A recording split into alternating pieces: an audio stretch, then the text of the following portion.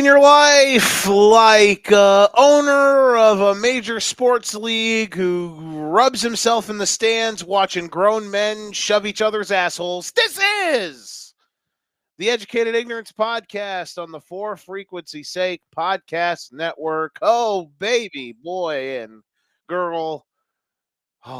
Welcome to thy Screamfest. Hi, everyone. I am Joe Winkle, joined as always by my good friend Nick Brinks. Hello, Nick. How are you today? I was better until I heard whatever that was. That got me a little scared, Joe. It was it was good. It was funny. I thought it was funny. Oh, hey, we're in the same boat as DJ. Our teams are all tied: the Dolphins, the Bears, and the Chiefs. It's a good day. Usually, it's a good thing when they're all tied with the Chiefs, but Yeah, not so much. we all suck or whatever. We want to thank everybody hanging out with us on whatever platform it is you're hanging out with us on. If you're watching on wherever you're watching, we appreciate it. Let me just ask a few things first. Please like the video on whatever platform you're watching it on, Facebook, Twitter, YouTube. Just hit the like button. It'll take 4 seconds, not even 4 seconds. It'll take 0.4 seconds. And we really appreciate it. Like the video if you like the video. Go to our YouTube channel, youtube.com for frequency sake QC. Subscribe to our channel if you really like it. And also subscribe to our Substack page where we have an immense amount of content that we've put out on a daily basis. We've got so many great things when it comes to gambling, previews for games. We've got NASCAR stuff on there, fantasy stuff, a lot of fantastic things that we do. And we have so many great shows as well. Card Subject to Change, the Football Lounge, College Juice, the Golden Ticket Show. I feel like I'm missing somebody. For frequency's sake, it was me, Danny, DJ, and Steve this morning. We had an absolute blast. I think I found my new favorite four-man combo for the morning show because that was a fantastic time. We found out, Nick, you and I are we're not bachelors. Our guy Stevie Fast Breaks from the Golden Ticket Show, he is a bachelor. And what I learned today is that single men apparently like to go to the library and the grocery store to find other single folks. So that's something I learned today, and we cracked a bunch of jokes about it. It was a grand old time. I love it. That's good stuff. It was really good. It was great stuff. So please go check all of that out. We have so much great content that we're putting out, and the people that are putting out that content, they deserve the support. It's not just us here. I think we do a great job, but it's everybody that does a great job. So please go and support that. Okay, we've got some great stuff we're going to do tonight. If you're also watching this right now, by the way, comment on whatever platform you're watching on, because if you do that, then we can be a part of the chat, basically be a part of the conversation with us. For some reason, Nick, real quick, can you do me a favor? If you go to my Facebook page, does it allow you to share the live? Let's look. This Restream is terrible. It's the worst. Let's see here. I can't view the Facebook comments unless I'm on Facebook. I can't. I don't see a link on your Facebook page. You got to go directly to my wall. I'm on your wall. The last post I see is your "Come hang with the boys tonight." It says I'm live. Yeah, it says you're live. That's wild. Interesting. Let's check your Twitter. It's not my Twitter. It'll be the Gotham Gambling Twitter page. Okay, we'll see what. Here. I'm searching right now. We're just It dealing says with live. It says live on his page on Gotham Gambling. Yeah, I do not see it on your Facebook page. Interesting. Okay. I'm gonna try to push this out. That's weird, because it shows it on mine right now that we're live. I just clicked on it. Yeah, we're All live. right. It's just I don't see it on your Facebook. Weird stuff. Fun times at Ridgemont High. We've got some fun gimmicks. We're going to talk about the Sunday night game. We're going to talk about some week 2 stuff. We're going to do some panic rankings. We're going to do some belief rankings. There's some 2-0 teams. There's some 0-2 teams. Maybe those teams should be in opposite brackets. You never know who's going to do what and be in what world. So we're going to dabble in a bunch of stuff. Come and join us. Come be a part of the chat. All that good stuff. We're going to try to fix whatever the frick's going on here. Let me just see if I can.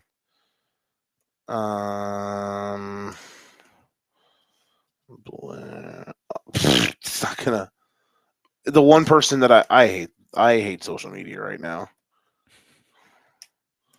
Is this showing up live? Okay. Here we go. I just commented on my own thing, so we're gonna see if that works. All right. The Sunday night game, Vikings and the Falcons. Impressive showing from Atlanta. Let's start here. Nick. Best Atlanta Falcons moment since? Question mark. Like, if you're a Falcons fan, when was the last time you felt this good watching a meaningful football game? Probably the end of the third quarter in 2017 in the final game of the year. Right in the heart. Just sticking right when in it the was heart. roughly 28-3 in their favor. How dare you? In all seriousness, though, we all sat here thinking the entire night, oh my God, the Falcons are going to Falcon this, and the Vikings are going to luck box another win that they have no business getting. And it just never happened. I guess let me start with, I started with that. Let me ask you this now. Where do you think we should start here? Is this good Falcons, bad Vikings, a combination of both? What surprised you the most? What stood out to you the most outside of you getting hawked on a betting prop with Bijan Robinson? Please do not let your real life losses cover or put red in your eyes. I need real analysis. Yes, I could have definitely used a Bijan touchdown there at the end, but yes, we'll get that out of the way. I think we have seen through 2 games that the Vikings have played kind of 7 bad quarters and 1 good quarter. So the jury is still out on how good of an opponent are they right now. That offensive line has some issues. And for the Falcons, that defense was really good today. Again, I don't know how much of that was JJ's inexperience and that offensive line, but the Falcons were all over him, picked him off several times. They looked really, really good. And honestly, holding the Buccaneers last week to 23, I think that is going to be a high-powered offense. So giving up 23 to the Bucks, yeah, they did not win that game, but really that was a coin flip game. And you kind of knew the Bucks Falcons, that's probably going to be a coin flip game. So for being 1-1, I think they've played 2 really good games. They look pretty good. Penix is doing enough right now. I will be curious. I think you said the Falcons have who do they have next week? Was it somebody easy? If I remember right. Atlanta Panthers. next week has Carolina. Right. Yes. Yeah. So I think now the Panthers showed some punchiness today, but the Falcons should go in there, and I think if they can take care of business next week and not let the Panthers hang around, I'll be feeling pretty good. They've got some big tests here the next few weeks. After that, Commanders and Bills. So I think Falcons fans have to feel pretty good right now. Yeah, you're 1-1. Got some big tests coming up. If you can somehow get through the Commanders and the Bills and you have 2 losses and I'm trying to think here. 3-2 bare minimum, but if you can get through 4-1, I'd be feeling really, really good. I think this is a team that with the Bucks, I think they may be able to go mostly step for step in that division race, or at the very bare minimum, be right in the wild card hunt. I still think the Bucks are the better team as of right now. I'm looking forward to seeing how they play tomorrow. But yeah, when you can dominate as much as you did on offense today, you settle for a bunch of field goals. I think that's all stuff that you can clean up. It's when you're not getting into scoring position that I'd be a little more worried. But yes, I think offensively, finish the drives off. Don't settle for field goals. That's probably the big thing that they want to do right now. Because even last week they settled for what, two touchdowns, 2 field goals in that game. So they've got a settle for field goal problem going on right now. That's probably something they are hoping they can get better next week, and maybe the Panthers can be a team that they can right the ship there. But overall, I feel pretty good about where the Falcons are at right now. Here's the thing too that I will add to this. Like them getting tonight, like the kicking game much better. I feel like that's going to be something that they're going to be happy about. That I feel like you go you. Okay, sorry. I'm trying to like triple task right now. I just think that getting this type of win means a lot, right? And let's see here. Sorry, I'm trying to do some things and it's being really stupid. Does it show? Now it's on Facebook. I see it. It just popped up. Okay, there we go. This platform sucks ass, but it's fine. It's no one's fault. I'm fine. I'm totally okay. All right. So sorry about that for the Facebook viewers. We usually that's where one of our biggest contingencies are. So for those that were wondering what was going on, let me see here. Let me make sure that it's. So yeah, if Jordan's not joining us yet, we haven't bashed the Vikings yet. Yeah, that was the biggest thing. Now it's gonna allow me to share. Let's go. We're back. Okay. Sorry. Good God. I fucking hate Restream. It's so fucking stupid. Restream sucks. We are live now. It's Come no on down and have some fun. People on Twitter, if they're watching right now, which we usually get a good contingency on Twitter, are probably, which we can't even see the Twitter views on Restream anymore because it's the worst fucking. It's whatever. I'm DJ. If you listen to this, I'm not mad at you. I promise. It's just, God, Restream's terrible. Oh, truly horrendous platform. Danny's probably watching me bash Restream right now like crazy, and he's probably like, "You're right, yes, Joe. You're right. Restream is a terrible platform." Which it's fine. I totally get it. I'm not mad. Just it makes my life a little more difficult, but I am thankful that we still are able to have a good time. Okay. So here's what I will say about Atlanta. To be able to navigate your way through this defensively is where I'm sitting up. You mentioned that them only giving up like 23 points or whatever it was to Tampa Bay last week.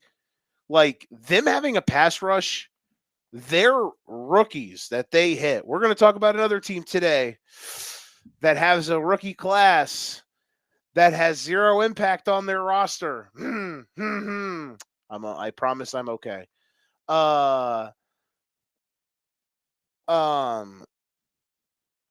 So we are going to talk about that team. As Danny chimes in and says, "Hello, Princess." Hello, Daniel. Welcome, Daniel. Welcoming us to the party. Here's the thing about the Here's the thing about Atlanta's defense tonight that like really impressed me. And I understand right now Minnesota's offensive line is a nightmare, but they couldn't establish the run, which is something they eventually did against Chicago. And the Falcons had a pass rush for the first time, Nick, in I don't know, forever. Like, oh my God, they were rushing the passer, and McCarthy was really bad tonight. And we'll talk about him here in a little bit, but here very shortly. But man, with Atlanta, the defense was so impressive, and the offense did enough. And Minnesota's defense is so stingy. I guess I'm going to give it a pass on the fact that they settled a lot for touchdown or for field goals instead of touchdowns. Against another team, they probably wouldn't have gotten away with it. But the fact that they were able to get away with it tonight, that you know what? Sometimes you just got to find a way to get out of there with a win. I think this is if you're an Atlanta Falcons fan right now, you absolutely should feel good because you probably should have won week 1 and you actually handled your business tonight. And 99 times out of 100, the Falcons might have found a way to absolutely screw the pooch in the last 6 minutes. But they held it down. They had the put away drive and they shut it down. I was so impressed with how they handled themselves and defensively as well. They commanded the game from start to finish on the road. Very impressed with Atlanta. And it really makes me feel like this team can do stuff, Nick, that maybe I wasn't super sure that they could do a couple weeks ago before the season started. Yeah, I think that makes a lot of sense.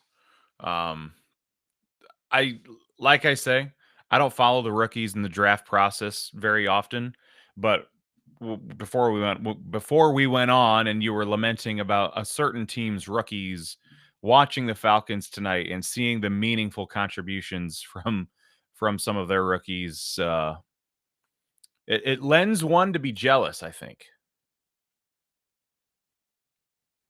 I'm incredibly jealous. Like, here's Xavier Watts and Billy Bowman both have an interception, and then James Pierce and Jalen Walker both have sacks. Just incredible stuff. Incredible stuff. All right, we need to bat signal Jordan Rangel. I hope he's out there in the wilderness. Should be up now if you are looking for it. Okay. The Vikings. I can't believe, as a Bears fan, I cannot believe we let them off the hook last week. However, man, tough stuff. Where should we start with them? Because it's an incredibly interesting way to kind of break this down with Minnesota, right? Like, JJ was pretty bad, but JJ also made some throws that made me go, okay, I see the vision. To me, But his offensive line is not good right now, and which is scary because, and I understand Darisaw's out, but they made a lot of moves on that offensive line, and they have been bad for 2 games. Like, they've played 8 quarters, and they've been pretty trash in 7 of them. I saw a meme that was like, what if we just tell JJ there's 12 seconds left in the half before every play? Because that honestly, that drive before halftime, you can see that most teams take a knee going into halftime, and I thought Chris Collinsworth explained it well. It's like, yeah, we've got a rookie quarterback, essentially. Let's just see what he can do. Throws a dart, absolute dart, gets him into field goal range, and they get one of their, couple field goals on the day. Where was that the rest of the game? Was it because Atlanta? I don't know how they were able to do that actually, but I just loved seeing the aggression there. So I think between that and last week, fourth quarter, they can put it together, but it's obvious that there will be some growing pains, and there have been some growing pains. I, it's hard to say right now. Like, is this a team that can flip a switch, turn it around, and be a playoff team? it doesn't really feel like it 2 weeks in. There are some other teams that are 1-1 or even 0-2 that I'd be like, yeah, I'd feel more confident about saying they're a playoff team right now than the Vikings, but just feels like they've got some issues. They've got some holes that I don't know if it's something that we'll see this year. They are in a position right now where I am like, I don't know if they're if they're probably in the bottom third of the league right now. Is that crazy to say? And they're injured defensively. Their offensive line is not playing well. I'm never going to give up on this team because of what I know O'Connell is, and I know their coaching is great, and they've got good players. But man, really rough start. Like, we would be really if 2 or 3. God damn it, man! If 2 or 3 plays were different last week in that Monday night game, and the Bears end up holding on, and if they win like margin like Atlanta did tonight, we would be seriously like, oh my God, the Vikings are broken. Like, the Vikings are what we thought they were going to be last year before Sam I Am showed up and said, I'm here, bitch, and kicked the door down. Which he kind of did today, by the way. Shout out to my plus 550 Seattle Seahawks NFC West bet. We are back in business.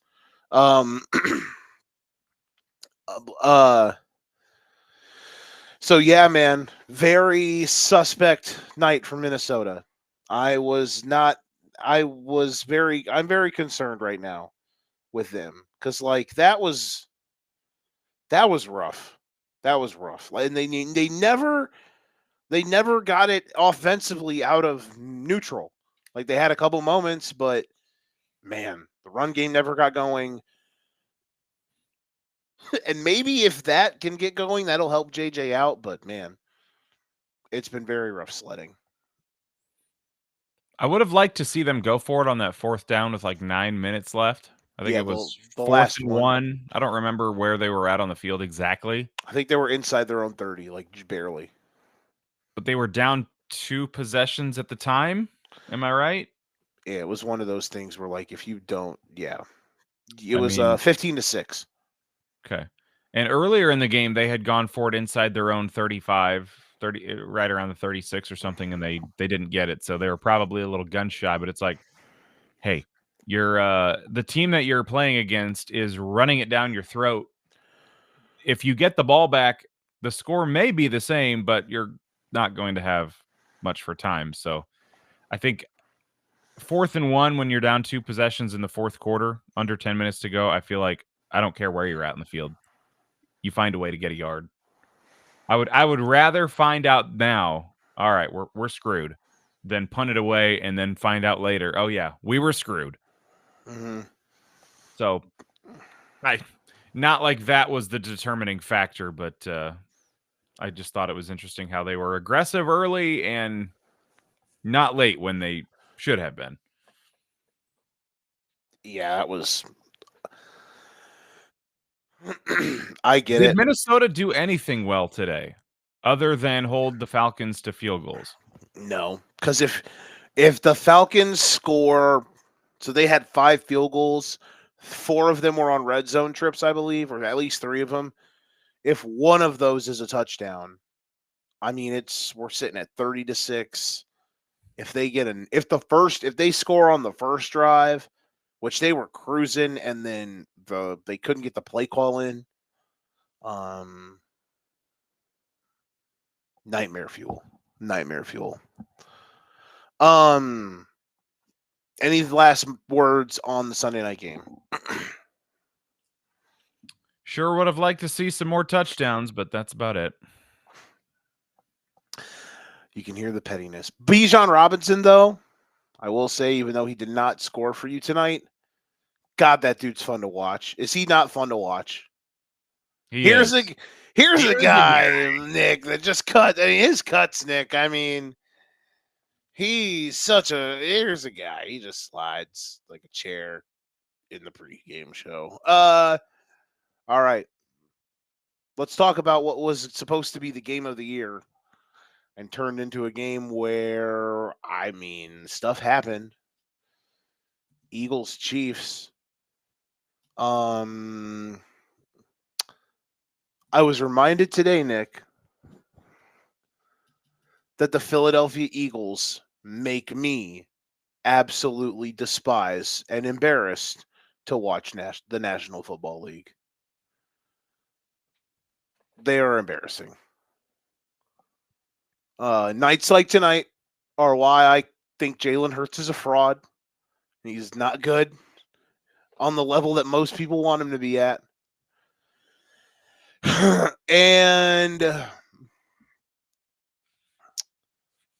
the Chiefs' black magic might be incredibly tapped out because they got black magicked today.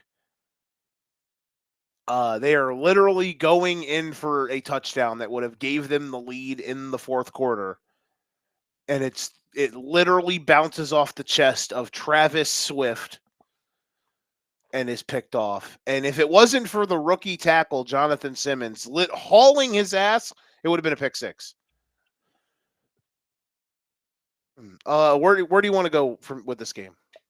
I'm just looking at the stat line now, and I did not realize how ugly this was. If you would have told me before the day, Jalen Hurts will throw the ball for 100 yards. Barkley will run for under 100 yards. Okay, Chiefs. That might be a Chiefs win. That seems like a pretty good recipe to beat the Super Bowl champions. And then I look at the Chiefs numbers. Mahomes under 200. He is their leading rusher. Okay, yeah, this is starting to look pretty fucked up, Joe. Just really an ugly game all around. But the Eagles did enough. That they did. The Chiefs defense showed up, which was good. It was nice to see that happen for the first time. It was nice to see that happen because that was something I was worried about. Here's where I'm at with the offense. It's half the offense is broken, but then there are moments where I'm like, okay.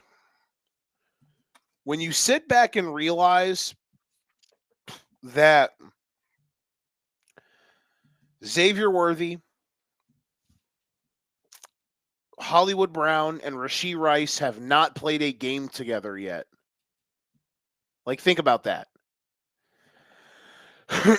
their receiver, their star receiver they drafted 2 years ago, their top receiver that they signed last offseason, and their receiver that they drafted last year. Those three guys, literally their top three receivers, have yet to all play a game together.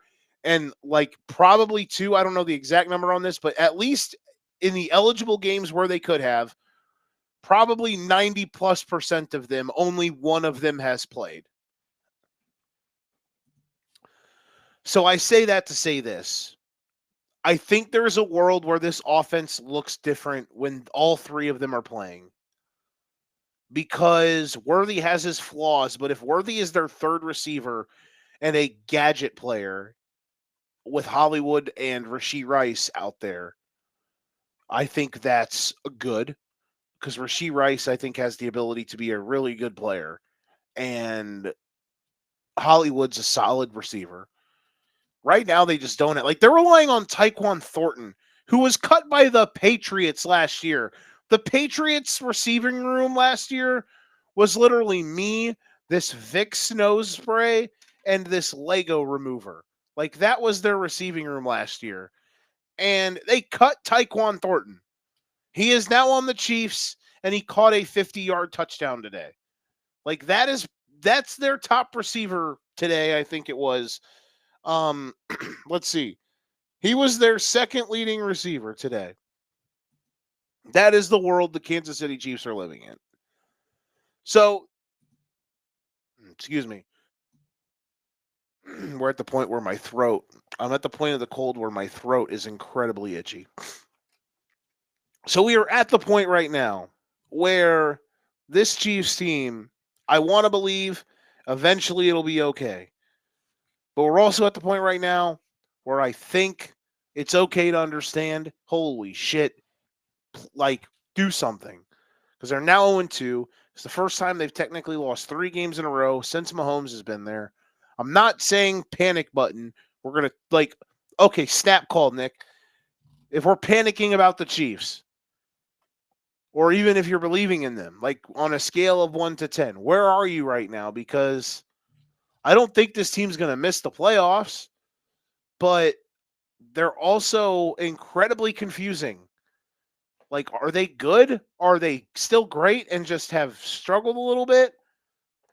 Like, how are they going to look when those guys come back? I think it'll be good, but I'm not sure. Like, what do you think? Where are you at? Help me out here. I would say I am not in a panic situation quite yet. I mean, for Kansas City fans, they have been kind of set up to believe that anything shy of 15-2 is a disappointment with a Super Bowl berth. But right now at 0-2, they may feel like the sky is falling. But I look at the schedule. Chargers could have beat him at least once last year, but the Chiefs had enough voodoo magic there. All hail the voodoo magic. Quick This counter. year, go ahead. I think, and this is just because DJ said this to me today, I think Chiefs fans are under the assumption right now, or at least this is what their fake moxie will tell you after today, where they're 0-2. Hey, as long as we get in the dance, we'll be fine. Because after they won the Super Bowl that they did 2 years ago against San Francisco, when that team legitimately sucked, they were a bad team. They made the Super Bowl and won the Super Bowl while having to go on the road to take out the best teams in the league. That is the truth of, like, just get them into the dance and then we'll see what happens. So if that's how the Chiefs fans feel, I believe them. But also, I also too, if I was a Chiefs fan, like I'm saying, like I would be freaking out too. So I don't know. I'm like sitting here like they would be so frustrating. But go ahead. Sorry. The biggest thing for me for the Chiefs, you get what should be a get right game this week. But as we saw today with the Giants, Russ was cooking. If there's a world where the Chiefs in next Sunday's game, and it happens to be the Sunday night game, if Russ cooks on national television next Sunday night and the Chiefs offense sputters and the Giants come away winning that game, especially if they win that game, at 0-3, I would 100% be panicking, because then you look at the schedule. Who do you play the next week? You get the Ravens. So if you're looking at 0-3, you could be looking at 0-4. If you can't beat the Giants, I don't feel very confident you're going in to beat the Baltimore Ravens. So it should be a low bar to clear. Beat the Giants. It's the Giants after all. But again, what we saw today was nothing like we saw last week with the Giants. So I don't know which Giants team is going to show up, but I am incredibly intrigued by that matchup to see if they can do anything remotely close to what they did today in that Dallas game, which I'm sure we'll talk about a little bit later. But for Kansas City fans, 0-2 does not feel good. But if you're 0-3, 100% time to panic. Yeah, if they lose next week, then it's guys, we have a problem. Or, if it's not a convincing win, you just watch Dak Prescott in that offense put up 40 points. If you can't go out there and put up 30 on that Giant defense next week, I would also be worried. It needs to be a get right. It needs to be a get right game for your offense in some capacity. Score a few touchdowns. That's where we're setting the bar. Yeah. Yeah. Score 3 touchdowns, Chiefs. Score 3 touchdowns challenge. They should have had it today. Yeah. They should have had 3 touchdowns. Nightmare fuel. But instead, they're feeling 0-2. That they are. I know the feeling, though. No shit. Here's what I got to say about the Eagles. The Philadelphia Eagles disgust me. The Philadelphia Eagles make me sick. Literally sick. The Philadelphia Eagles make me want to go to my local my local city hall and complain about things, about city,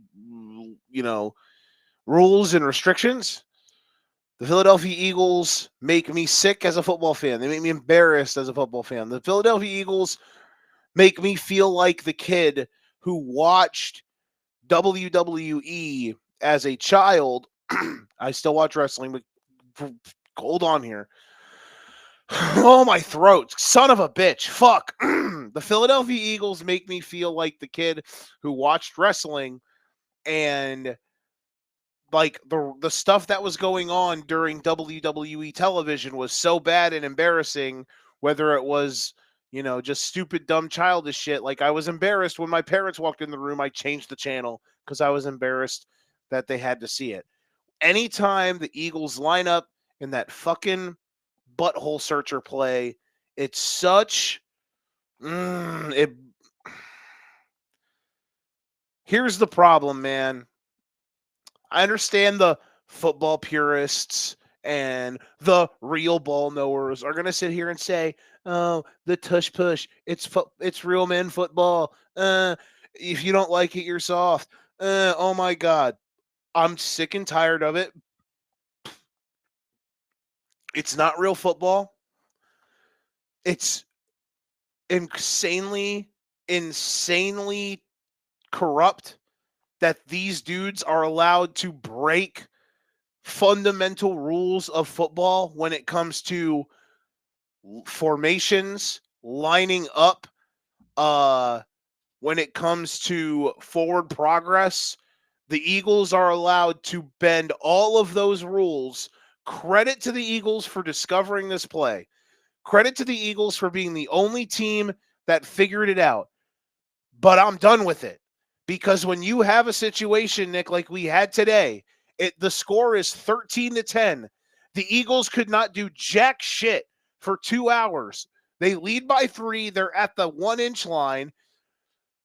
It's 4th down and goal from the 1-inch line. And half of the Eagles' offensive line false starts while they are in the butt shove formation. It happens almost every time they run the play. They get away with some sort of false start. Half of, if not the entire offensive line, is lined up in the neutral zone. The play is a disgrace to how forward progress should be handled.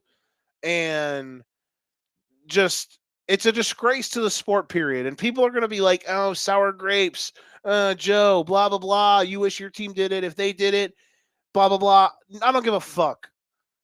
Watching them do that is disgraceful. And the worst part about it, Nick, is that they are literally cheating.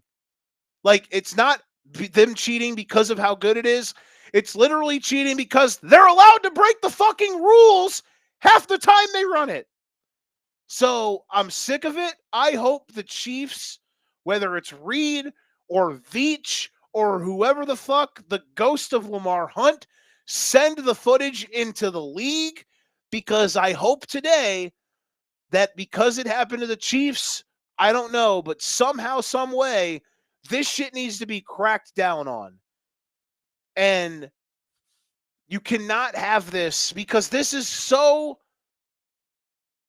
it's just awful to watch. It bastardizes the fucking sport.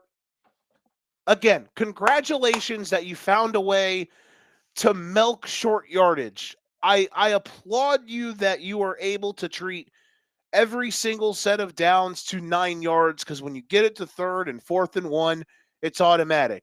But here's why it's automatic: because you fucking cheat. They literally cheat. Case closed. The Eagles are found guilty of being bitches. That's the verdict. By the end of the regular season, we are going to have a Joe's Greatest Hits that features his epic rants, like week 1 Chicago, week 2 tush push. What will it be in week 3? Tune in next week to find out on Educated Ignorance. My friend, we might not even be done with week 2. Depends on how much you push me. Okay. Was that good? Was that too much? That was good stuff. Brian in the Facebook comment says 200% agree. Do you get what I like? You were watching live, right? Like, did you see the Eagles like on the touchdown they scored to go up 20-10? Yeah, Like even they came back from the broadcast and Brady was like, "Yeah, you can't get away with that." Like that is the thing that pisses me off the most. If they just lined up normal in the normal offensive line formation with Hurts under center and even with them right behind him, but the offensive line lined up normal and then they snuck it out of that, I'd be okay with it. But the fact that they all get in like 4-point stances and they're all lined up in the neutral zone and they're lined up in front of the ball, like they're literally all lined up in front of the ball, and then half the time, half the offensive line false starts, like we have to nip this shit in the ass, bro. Like it sucks that it took this long to figure this out. But thank God for the Chiefs to be the ones that we realized today was the day that this shit hopefully stops. Like hopefully the officials start to flag this. You know what I mean? Because that's what will change it. That's what will fix it. If the officials start throwing flags on this play, then hopefully that will stop something. I don't know. You know what I mean?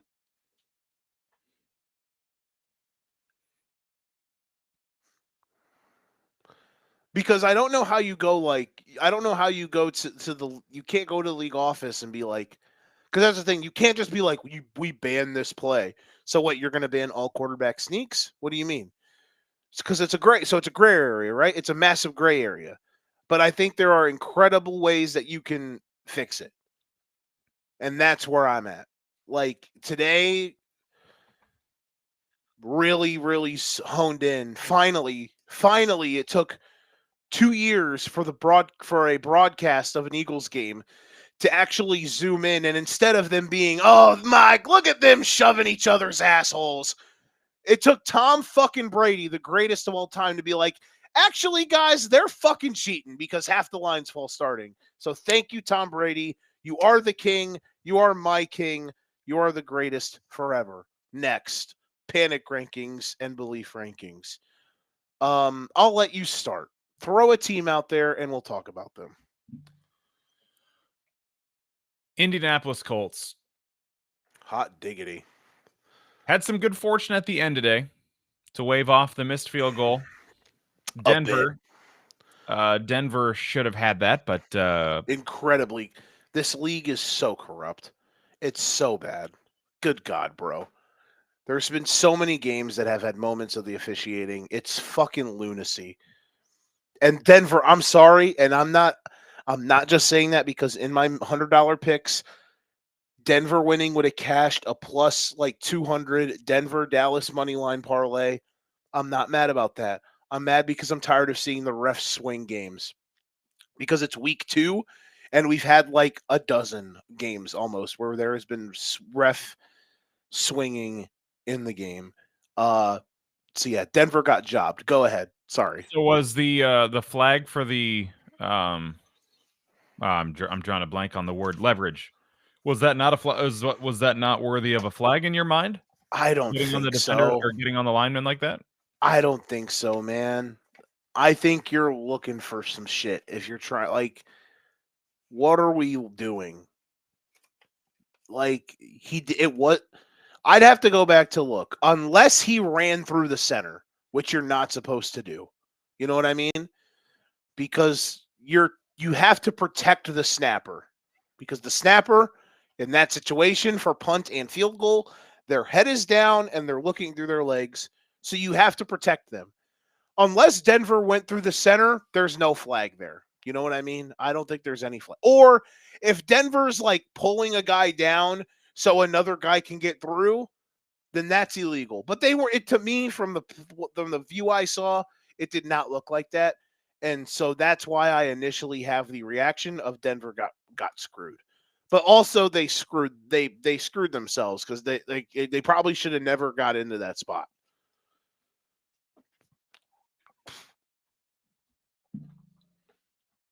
So this Daniel Jones comeback player of the year potential arc, how much are we believing it? Because I want to believe it. I think it would be so hilarious for Daniel Jones to get run out of New York like he did. And I mean, warranted. It's not like he did anything there.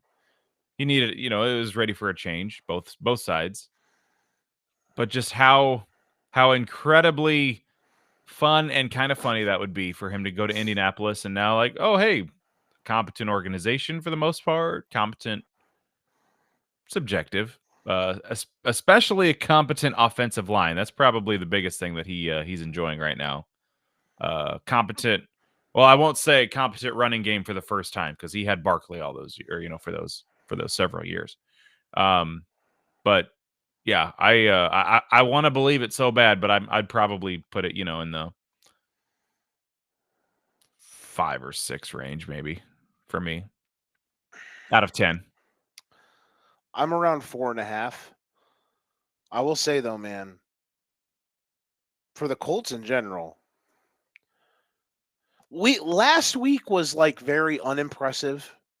Like last week was way more the Dolphins are a nightmare than the Colts were awesome.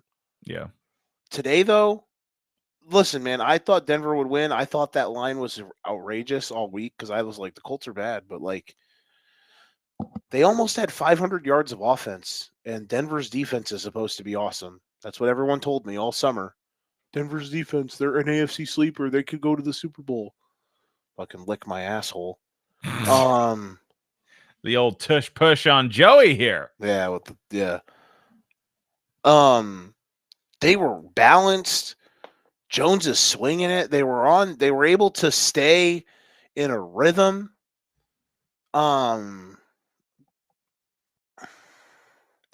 This is one game where I definitely need to probably get more eyes on certain reps to get a fully formed opinion. But I will say, and I hate to say that, just the nature of the beast. Please forgive me. It was my fiance's birthday today. But as a whole, man, incredibly impressed that they were able to find a way.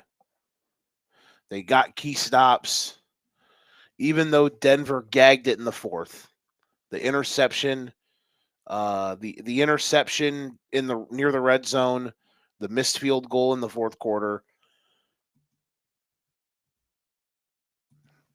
The fact that Indianapolis was able to find a way, impressive.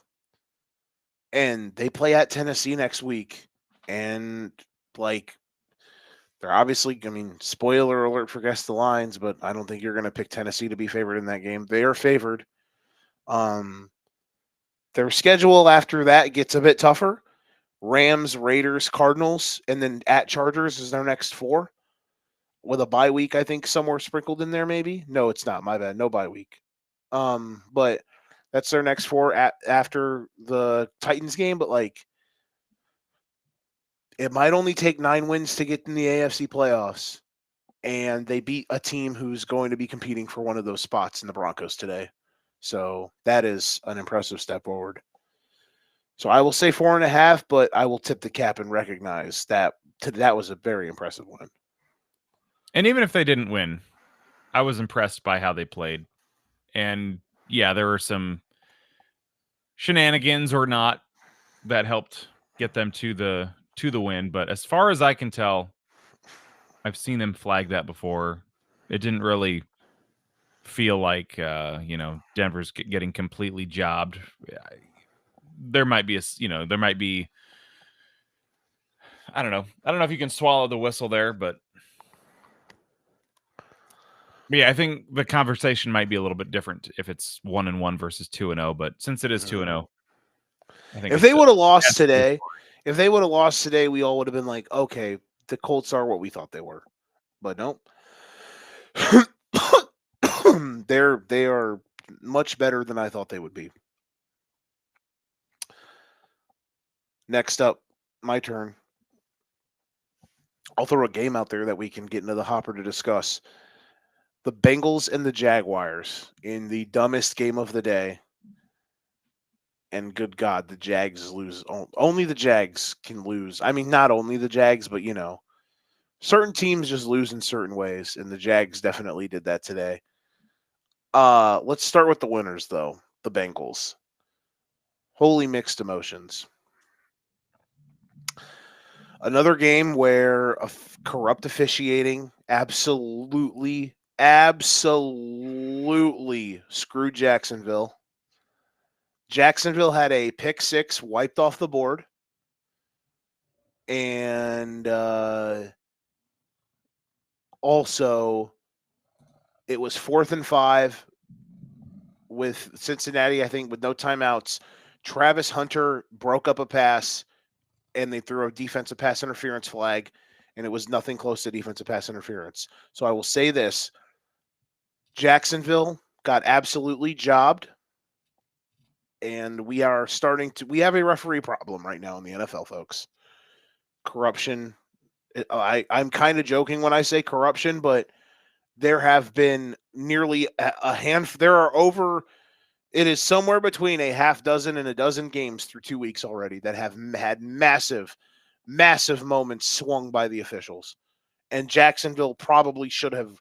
Jacksonville, in my mind, literally had the game taken away from them today. All that to say this: the Bengals did win. Another one of those. Hey, you find ways to lose these games early in the year. You're now 2-0. Here's the problem, though. Joe Burrow might be out for 3 months.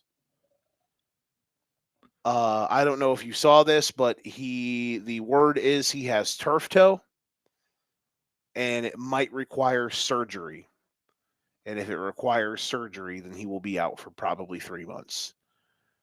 And Jake Browning looked good today. He was peppering Jamar Chase. Jake Browning is one of the best backups in the league. They got a bunch of weapons. But goddamn, man. That's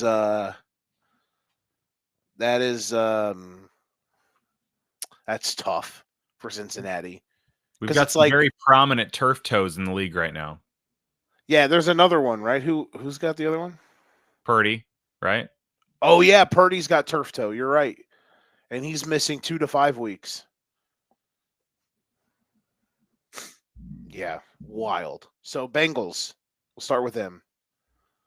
I assume you're in the panic range, even though they're 2-0. How do you feel? Give us your thoughts.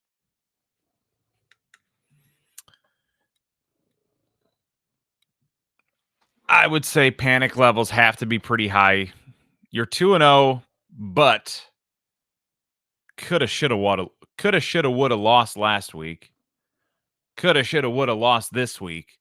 If anything, compared to last year, the Bengals can be thankful that they have found some positive, or at least not negative regression in the losing stupid games last year. This year they're finding ways to win a couple of them right off the bat. So I would say that they should probably be 0-2 right now. I mean, they were down when Burrow got hurt. They threw 3 interceptions with Browning, and they still found a way to win. So the fact that they were able to do that makes me feel a little better than, throwing Skylar Thompson out there and, you're toast. But I'd be worried just for the fact that they haven't looked very crisp to begin with Joe. Although over the years in the Joe Burrow era, it feels like they're kind of slow starters to begin with. So, on a number scale, I'd probably put the panic at around, 7. Don't think it'll be sustainable to do this for 3 months if that's how long Burrow is indeed out.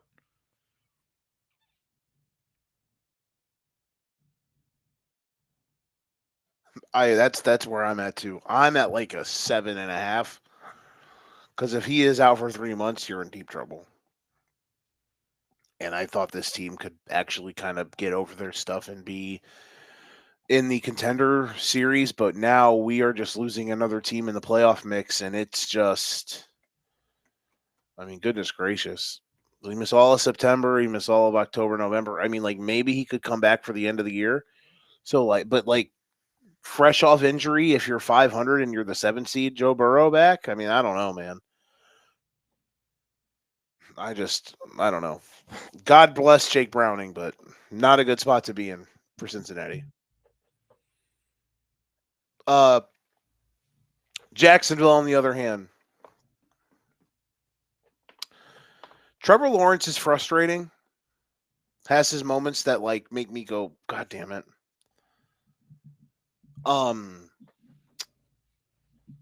Again, they got royally screwed. They should be 2-0. They should have won today. They could have either won by massive blowout because they should have been up 21-0, but they got robbed again, blatantly screwed. And then of course the game at the end of the game, up 27-24. Travis Hunter knocks the ball away. They call DPI. Terrible call. Here's the thing that annoys me the most. Brian Thomas Jr., and this is not just because I have him on a fantasy team. This is because this is real life stuff, and buddy, this is horseshit. Brian Thomas Jr. had a first team Hall of Fame, Mount Rushmore-esque, I don't want to be here performance today. Brian Thomas Jr., because of his lack of effort, caused a Trevor Lawrence interception. This is not hyperbole, by the way, folks. Go watch the tape. His lack of effort and not wanting to get hit, he is shying away from contact, caused a Trevor Lawrence interception, forced an overthrow on what would have been a touchdown if Thomas goes up to get the ball instead of shies away from it, over the middle, and he's crouching and pulling back from catching the ball. Over the middle, first half, he does that. It goes over his head right into the safety's lap, interception by Cincinnati. In the end zone later in the game, he does that. It's an overthrow. They don't score. Because I think on fourth down, Dyami Brown drops it in the end zone. Then late in the game with 3 minutes left, up by 3, it's 4th and 5 inside the 10, and Liam Cohen does the right thing. He goes for it instead of trying to make a one-score game by kicking a field goal. He goes for it. He draws it up perfectly. Brian Thomas Jr. is ass naked, open, over the middle. If he just catches it and falls forward, it's going to be 1st and goal inside the 5. It bounces off his chest, and the ball is dropped. Brian Thomas is a really good player. Brian Thomas has the potential to be one of the best receivers in the league, but today's performance by Brian Thomas Jr. was absolutely embarrassing, and he should be ashamed of himself. And I hope that Liam Cohen and I hope that this team gets his act together, because I don't know what that was. I don't know if he's injured. Fucking sit him, because they've got other guys that can go. Their wide receiver room is really fun, and they've got players. And this offense is punchy. They could have had 45 points today if it wasn't for some dumb shit. But Brian Thomas Jr. deserves to be fucking ashamed of himself. That was embarrassing. And yeah, all-timer Hall of Fame performance by him today. My belief in the Jags is about a 5. I think this team can be really good, man. Their defense is a little worrisome, but they've got they got a defensive line that's punchy. Their offense has incredible weapons, and Liam Cohen can dial it up, dude. They've got 2 good running backs. Tootin's a baller. Travis Etienne has been absolutely reformed. Brian Thomas Jr., get your head out of your ass. Travis Hunter's dynamic. Dyami Brown, Parker Washington. They just got guys everywhere, man. If Jacksonville can stay out of their own goddamn way, one way or another, they're a playoff team. I have no doubts about that. But health and being the Jags are what could stop them. But I love what Cohen's doing. Their offense is sick. I feel bad that they lost today, because they should have won and could have won by margin. But certain acts of God and corruption from the league cost them a victory. So my belief in them is about a 5. Could be more. But yeah, man, they're good. It sucks that they lost this game, but I think they'll be okay. Yeah, it seems like they've got outside of Brian Thomas, that passing game's working pretty well. Trevor, he's regressed the last couple years, but it feels like he's taken a step forward again. Their running game's been pretty solid. So yeah, I wasn't super high on the Jags coming into the season, but I've seen enough in 2 weeks where I'm like, okay, yeah, they might be able to be a factor here. And with how Houston looked last week, I mean that was one of the biggest dud performances I've seen out of a playoff contender to begin a season, um, that I can remember off the top of my head, outside of maybe the Bengals last year too, but they didn't make the playoffs. Um, so that I mean that division could be very much up for grabs, and the Colts are right in the mix there too.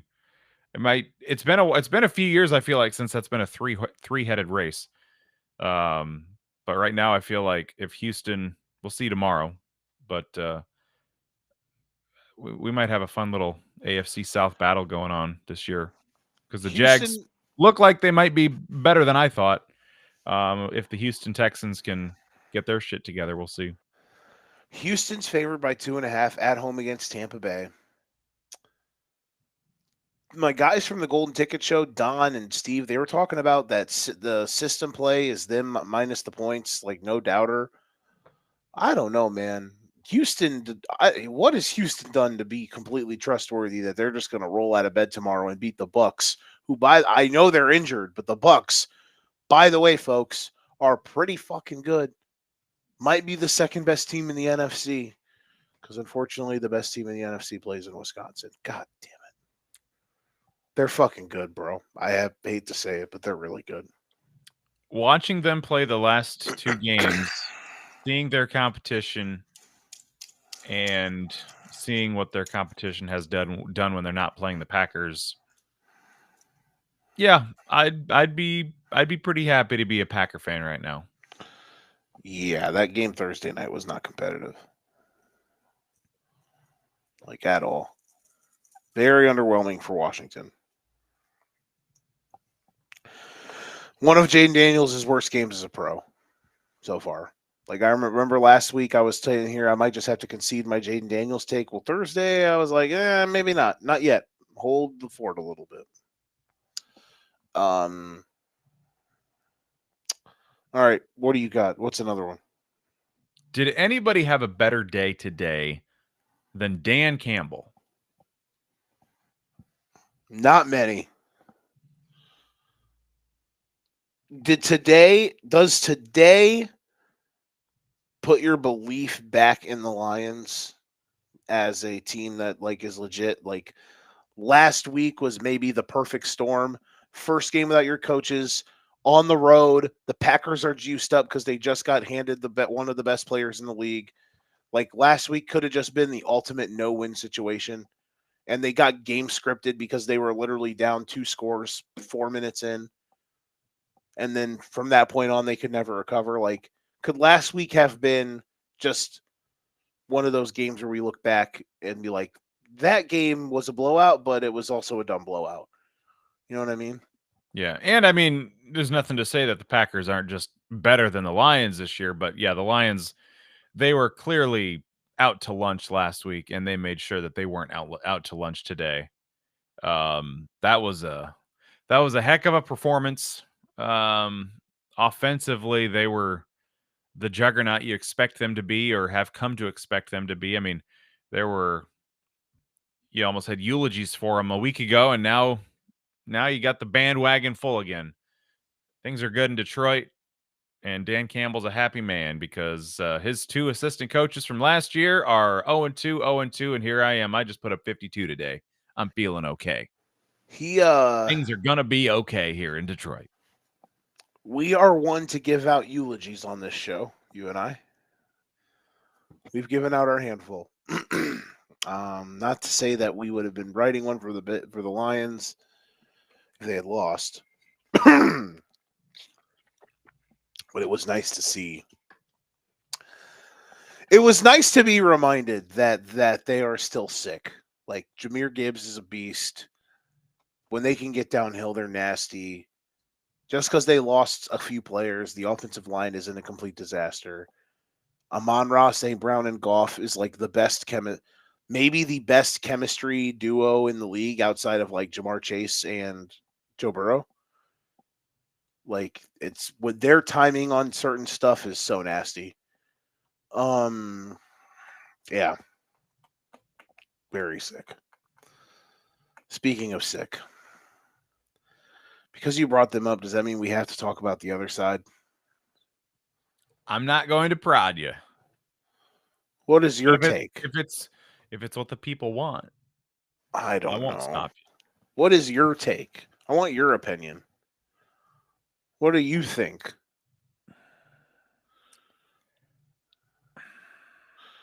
I watch Caleb Williams play football, and I'm just not impressed. Okay. Doesn't have it yet, in my opinion. The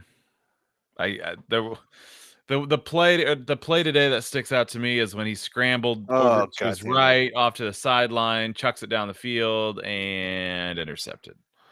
That was bad. That was the lasting image I had from that game today, and I'm just like, you can't make that mistake. It was still a competitive-ish game at that point.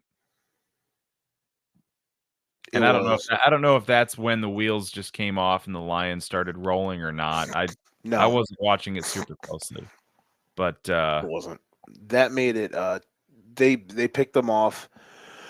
I don't know if it was 14-7 or 21-7 at that point, but then eventually it became 21-7.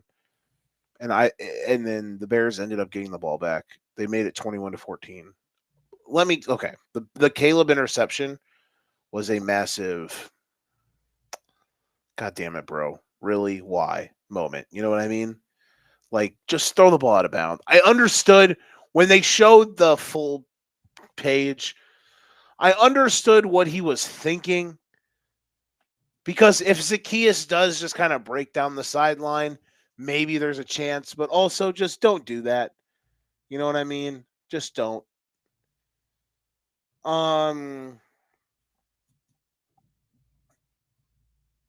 Just one of those situations where, like, too much dip on the chip. It sucks because on the offensive side of the ball,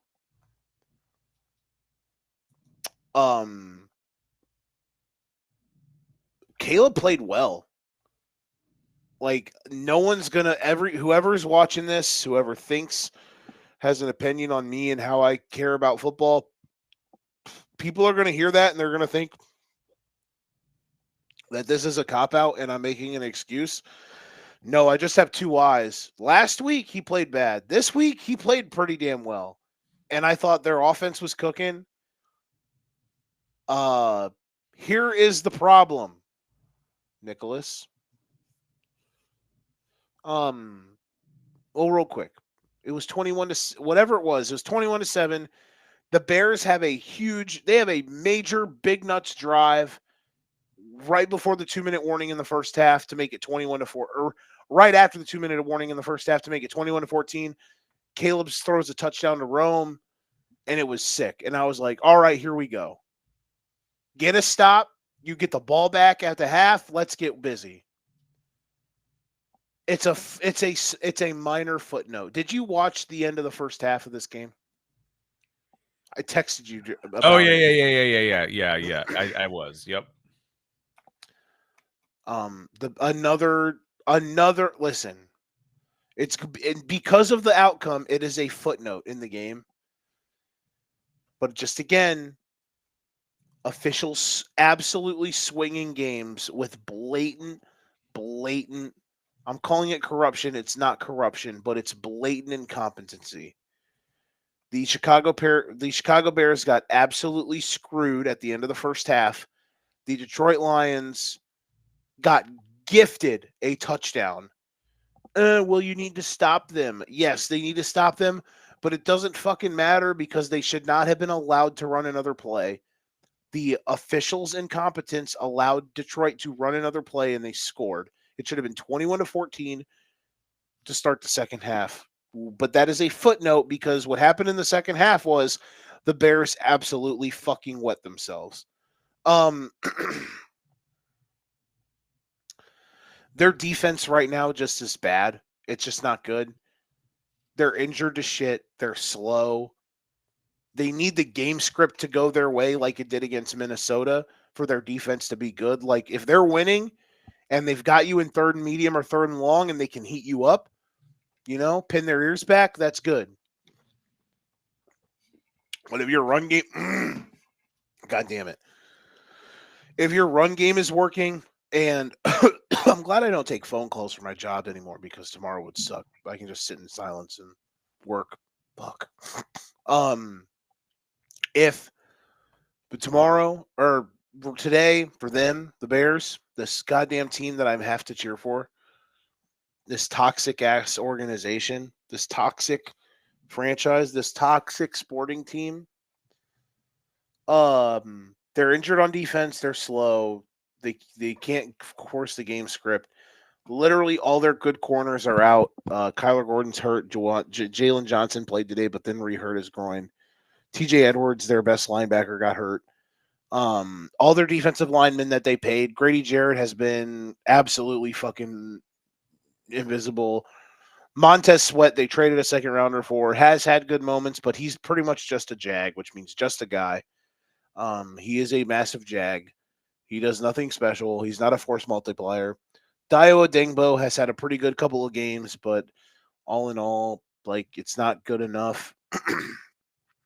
Their defensive line is just a dud. It does not help either because of how banged up their back seven is and how just absolutely abhorrent. Tyreek Stevenson is a bad football player. They're literally using backup corners. That doesn't help at all. It just sucks. And here's the problem, Nick. Here's what today was. And again, I understand people are going to be like, Joe, you're copping out. You're making an excuse for Caleb, blah, blah, blah, blah, blah, woo, woo, woo, woo, woo. Caleb sucks. He paints his nails. He's a bitch. Woo, woo, woo. Go fuck yourself. Here's what really is the problem. From organizationally, from top down, there's massive, thick layers of hubris and incompetence that is folded over their face that they are never going to be able to get out of their own way, because here is what slapped everyone in the face today.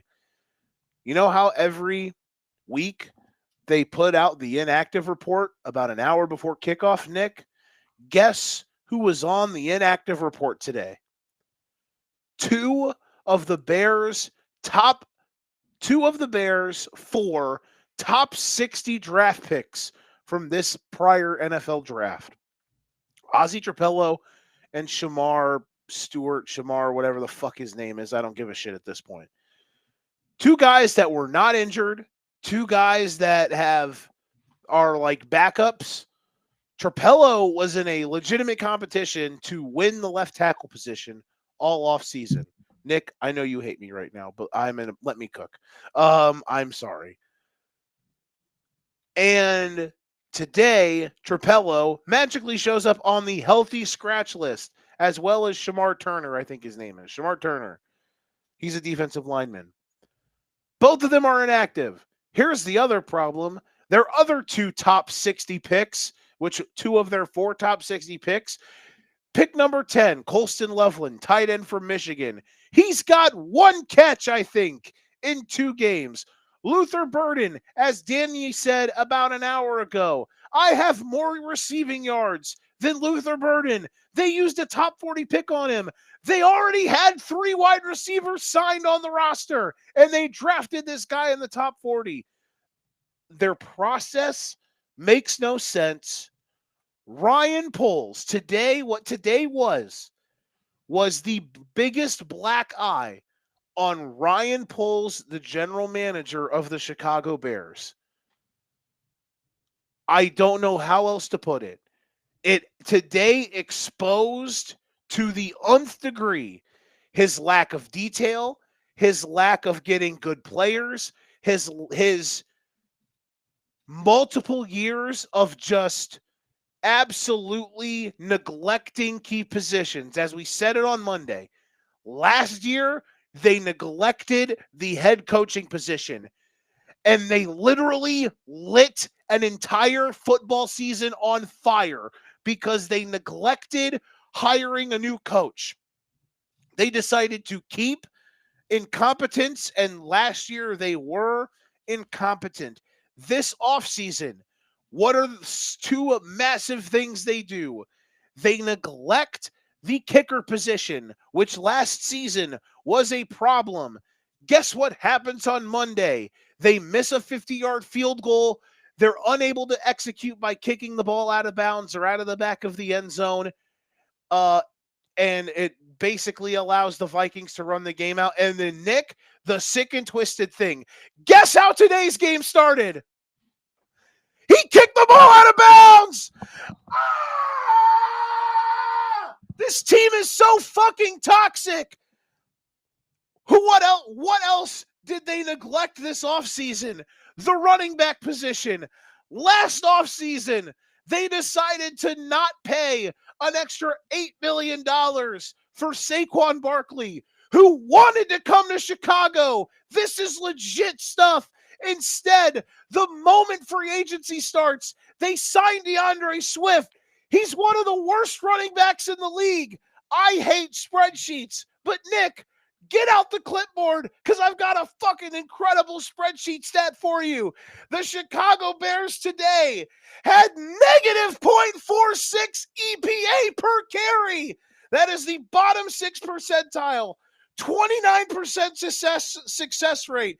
9 plays today on offense. They had 15 or more yards to go. You cannot operate in that. You cannot live in that. It does not matter how much you upgrade the offensive line. You neglect these positions. By the way, they neglected the offensive line last year, and look how that fucking went. They neglect these spots because Ryan Poles, this fat fucking piece of garbage, he continuously sits up there in his press box and is told how good he's done. If it wasn't for Davis Mills completing a Hail Mary against the Colts 3 years ago, or the Carolina Panthers being absolutely fucking inept and Bryce Young being bad, shout out to Matt Rule. If it wasn't for any of that, Ryan Poles' GM tenure as with the Chicago Bears would be a laughingstock at a bare minimum. But here's the problem. Those things happened. He fleeced the Panthers. They got Caleb Williams. They got the hottest head coaching prospect to come coach the Bears, literally because they have Caleb Williams. And Nick, here's the biggest problem. He's still a fucking laughingstock. He's drafted no Pro Bowlers in 3 years. He's 15-38. He's won 3 of 20 division games as the general manager. This team is toxic. If I had hair, I would pull it out. Today was a fucking stain on the league. It's not over because it never started. This fucking imbecile multiple years ago had the audacity to sit at a press conference. And I know I'm ranting too long. We're going to get to guess the lines. I'm sorry. But Jesus Christ, he sat at a press conference and said, we're going to take the North and never give it back. Bitch, you're 3-17 in the division. You're terrible at roster building. All of the assets you do go get are terrible. Your entire 2025 draft class has 0 fucking production through 2 weeks. You're one of the worst talent evaluators in the league. It is a fucking sick joke. I had a fucking podcast idea for this team to build content, and I didn't do it because I felt like it would ruin my mental health. They said, fuck you anyway. We're going to do it. We're going to fucking ruin it regardless. This team can never, ever cease to get out of their own way. And Nick, last thing, have you ever heard of the crack commandments? Have you ever heard of the crack commandments? Well, the biggest one is don't get high on your own supply. And there is nobody in the NFC, There's nobody in the National Football League. There's nobody in football, whether it's in America, in Canada, in Mexico, in fucking Europe. The the weird looking brown one, the round one that they only use their feet with, which is actual football, I guess. In all of professional sports, that is higher on their own supply than Ryan Poles. Nobody is higher off their own stank ass oregano looking weed than Ryan Poles, that incompetent sack of dog shit. It's unfathomable how bad it's gotten. And today was just embarrassing because it's not just the play on the field, as we've talked about a million times. It's not about certain thing here, certain thing there. It's that for the fourth straight year in 2 weeks. It took 2 fucking weeks. 4 straight years, it only took 2 fucking weeks to understand that this team is awful. It's for once again that it only took X amount of time for us to be questioning if this team is going to fucking quit or not. And today truly showed how poorly incompetent it is that this man is at running a roster. And the worst part of all of it, the motherfucker got extended 8 weeks ago. Panic meter, 10. I don't know where they go from here. Caleb was good today. There was a couple of cool things they did on offense. But this team is bad. And I don't know, man. Today was really terrifying for the future of what this team can be. And the scariest part is that I don't know how there's no fixing it anytime soon. I wasn't going to do that. And I did. You had to cook. I'm sorry. Guess the lines time. Rapid fire, as rapid as we can make it. Last week, I won 6-4. We tied 6 times though. Thursday night, Miami at Buffalo. Miami is 0-2. Tua Tagovailoa is a turnover machine. Tua, turn the ball over. Disaster zone. I'm gonna go Buffalo 9.5. It's a great pick because that's what I had. FanDuel will not load. Log in. There we go. NFL. Wow. Holy Christmas. You said 9.5? Mm-hmm. It is 12.5. Ooh. Deservedly so. I would still take the 12, and I would take Bills in a million. I'd lay it. They're gonna kill them. It's gonna be like 40. Remember when they played the Jags a couple years ago on a Monday night, and it was like 48-3. I can remember many Bills-Dolphins games that felt like it was 48-3. Yeah, it's gonna be the public execution. People, I don't think it should happen, but Mike McDaniel's going to be sacrificed on live streaming for all the world to see on Thursday night. You think there's a world he's fired on Thursday if it's bad enough? We're inching closer to him being the first coach fired. Do I think my take, he shouldn't be. He's being scapegoated, but I don't know where you go from here at this point. Maybe, how long do you allow them to just, I don't know. It's bad. Because Thursday, there's a world where they get really beat up. Like it's 45-6 or something. If the Bills want to embarrass the Dolphins, they can. So you know what that means? The NFL is just going to somehow create this universe where Miami is competitive and has a chance to win late. Just for the hell of it. Because was it last year the game in Buffalo was competitive or no? And they got hit with a walk-off 60-yarder? I want to say that was that 2 years ago? But I don't remember. I think that was the playoff year. Oh no, the playoff year we played them on a Saturday night when it was snowing and the game was awesome and we like just didn't make a play or two. Oh, Like okay. that was like the best game in weather they played. And Okay. I was like, okay, we're good. We'll just beat them at home. We'll run out. I thought we were even after that loss. I was mad, but I still felt good Yeah. after that game. But then, That rings a bell. so last year was the year because Tua came back. That was one of his first games back, and they played well. And then Bass walked it off with like a 60-yarder. So maybe would be funny. Sunday S tier. And last year, I mean, the Dolphins were getting piss pounded, and then Damar Hamlin sent Tua to the Shadow Realm there for a few weeks.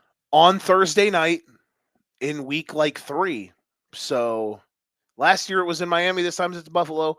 Maybe Tua throws up gang signs on Thursday night. Sunday S tier.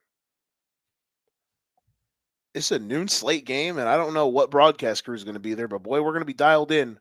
Are you ready? Rams at Eagles. Buckle up. Let's go. Couple 2-0 teams that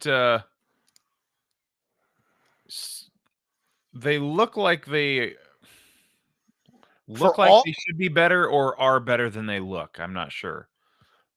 I will say this, for all of the worries in the offseason about the Rams,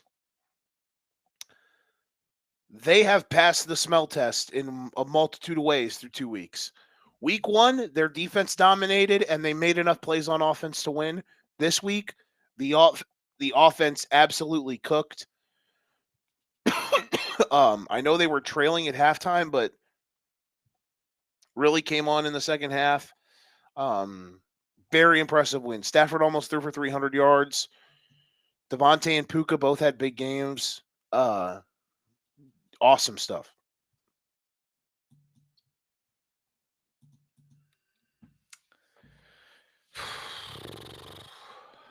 I'm going to go Eagles 4.5. Are you cheating, Nick? Mm-mm. I'm kidding. We are both. Maybe, you know what? Maybe we're just really good at this game. Because I said 4.5, and it's Philly 4.5. There we go. You know what we are? We're both sharp. We're sharp as shit. I wish that means we could actually bet and make money, but we're both sharp. We're good at setting lines. We're not good at predicting them. Next up, a new category. The Joe Winkle Suicide Prevention Bowl. Oh, Chicago versus Dallas in Dallas. America's Game of the Week. In Chicago. Oh, it is in Chicago, isn't it? Does that change your pick? No, no, I won't change it. I know what it is though, but I didn't know what it was when I first wrote the pick. But I found out what it was, so I'm not going to change it. I forgot that it was in Chicago. It probably wouldn't have changed it much. So go ahead. I will take Dallas 3.5. That's crazy because that's exactly what I put. What is it then? You're about to shit yourself. The Chicago Bears, after giving up 52 points today, oh God, and blowing a game 6 days prior to today in the fourth quarter against a rookie quarterback who today then turned around and looked like dog shit. The Chicago Bears in week 3 in America's Game of the Week on national television against the Dallas Cowboys are favored by 1.5 points. God help us. God help us. Cowboys, they're only going to need like 150 yards of offense. Just get to the 47 and kick field goals all day. Here's how the Bears can actually, because here's the thing. I'm not mad at certain aspects of the Bears today. I'm mad at the grand gravitas of the incompetence that levels the franchise down. Caleb Williams, which is the main reason I care about this season, and Ben Johnson. Here's the thing, Nick. If they lose next week, they can give up 52 points again. But the Cowboys defense sucks. If they score 45 and they lose in a shootout, I will come on here happy as a peach. On my mama. Here's what I said after last week, Nick. It's not that they're losing, it's how they're losing.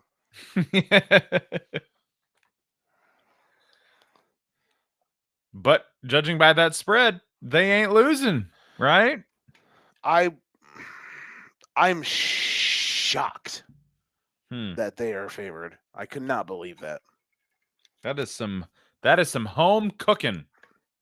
Like, if I would have realized the game was in Chicago, which I should have because it's literally here on my thing, I just wrote it down wrong. I would have maybe made it Dallas 1.5, but like still, like you got it. Or we tied. That's totally fine. Okay. Now we're at the Happy Cat Dance. 4 games here. It's weird. When you look at the slate next week, first look at it, I was like, I don't know about this. This slate's not that good. And then when I started putting the games in the tiers, I was like, oh shit, there are some bangers. Happy Cat Dance, Houston, Jacksonville, in Jacksonville. Huge game, especially if Houston loses tomorrow. But regardless, it's a huge game. What you got? I'm going to take. I'm just going to go Jaguars 2.5, just for the home field. Okay. I got this one wrong. My spread's on Houston. I have them power rated too high, I guess. I have them -2.5. You get this. It's Jags 1.5. Okay. So they technically still feel like Houston's power rated higher, but the home field cancels out most of it. Yeah, Tic Tac Zone. Our first Tic Tac Zone of the week. No, second, because the Bears is a Tic Tac Zone. Philly's in the Vegas zone. The Bills are in the team you're playing sucks zone. Next up. This is in the Happy Cat Dance meme just because the last time these two teams played and Jake Browning was the quarterback, the game was bonkers. It's Bengals Vikings. You remember when they played on that Saturday and the game was just bananas? It was 2 years ago. I don't know if I remember that one. It was a fun time. So Bengals and Vikings in Minnesota. Oh man, this is gonna be a dart. Let me see. Bengals on the road, Vikings at home. A Jackson dart? Not gonna be needed after Russ played today. Russ was cooking. They let him cook, and holy shit. Russ cooked. I am 100% more intrigued by that Chiefs game than I would have been before today because of the way the Giants played.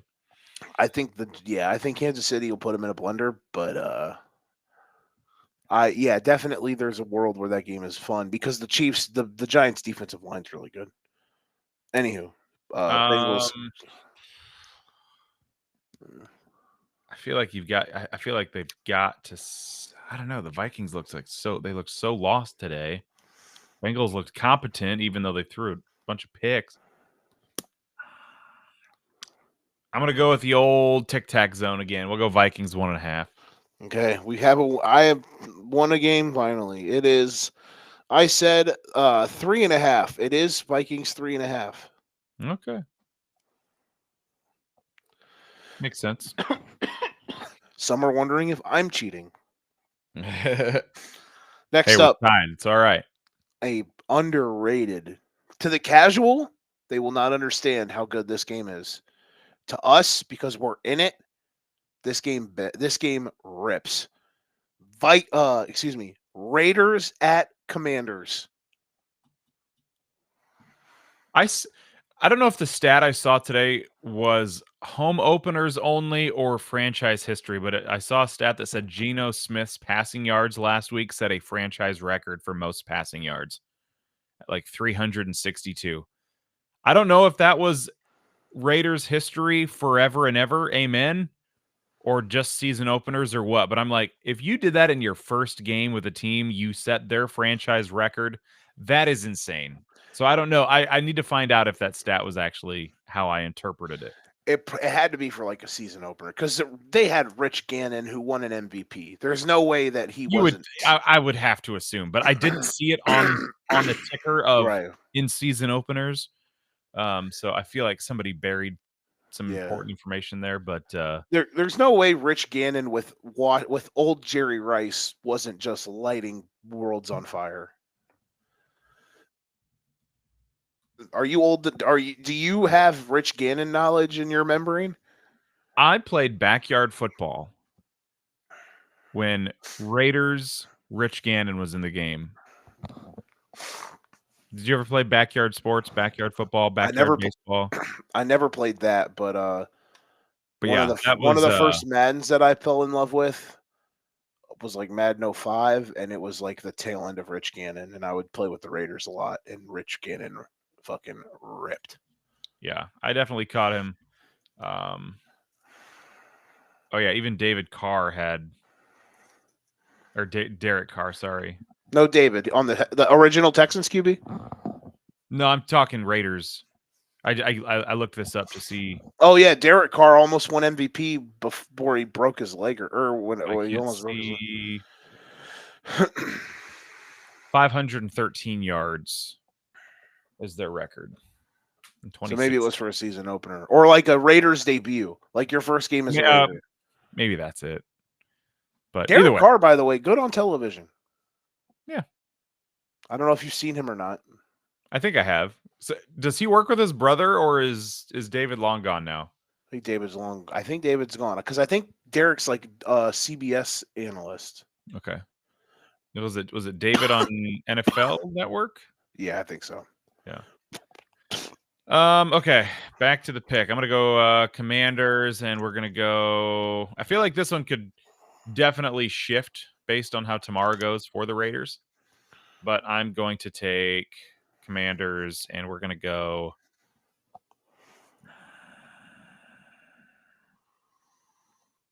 4.5. Yeah, you got me. I said 3. It's 5.5. Vegas zone.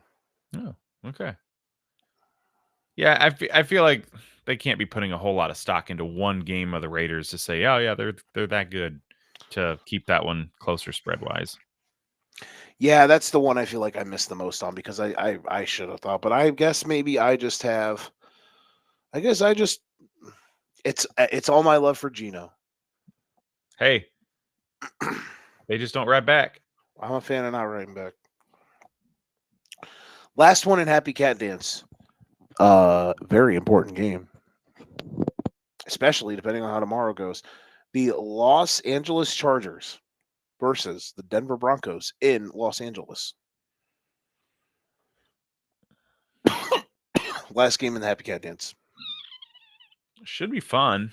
Let's go Chargers.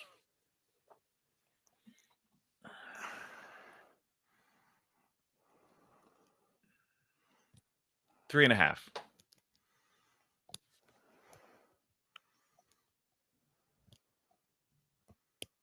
Okay, it is 2.5, and I said 2.5. Okay, wow. They say the Chargers and the Broncos are one and the same, huh? You said 3.5? Yeah. I would just rate the Chargers a little higher and at home. So that was where I was thinking there. Yeah, I feel like that is a spot where I can see them being power rated similarly. Because like the Broncos, I think Vegas isn't as in love with Denver as the casuals are. The people who just are like, you know what I mean? Just I just don't. I don't know. I don't think they are. Like Denver was only like a point. They closed at like 1.5 today. So mid, but still watchable. Atlanta and Carolina. In Carolina, big Falcons win. Carolina 0-2. They tried their hardest to come back at the end. Did they really, or did Arizona do everything in their power to not put that one away? Every time I looked, I'd love to see a drive chart from that second half for the Cardinals. Once it was 27-3. Wasn't it that at half? Did they ever not have a 3 and out in the second half? I just remember watching. I saw the Panthers get a touchdown. Then a little bit later, they get another touchdown. They get the onside kick, and now they have the ball back. and it's like, oh my god, are they going to do this? Yeah, they tried. They Wild. Yeah, I think they got 3 touchdowns. And Arizona, yeah, they absolutely they parked the bus. Yeah, but NFL games, which I was man. happy about because I had them in a survivor pool. I didn't want I didn't want a 27-3 letdown be Kill what your knocks me survivor. out. Yeah, Imagine having Cardinals minus the points though, because what was the spread this week? like 7. Oh, yeah, that'd be tough. Cardinals people who had the Cardinals in a teaser were definitely sweating. Like, don't blow this. Yeah, almost did. They tried. Yeah, but we're gonna go Falcons here, and we're gonna go.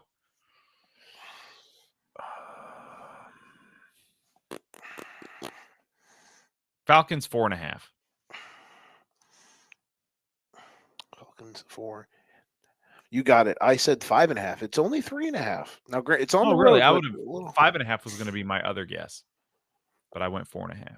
It's not too late. Okay. Yeah. I mean, it is now because I have it wrote down. It is in the book forever.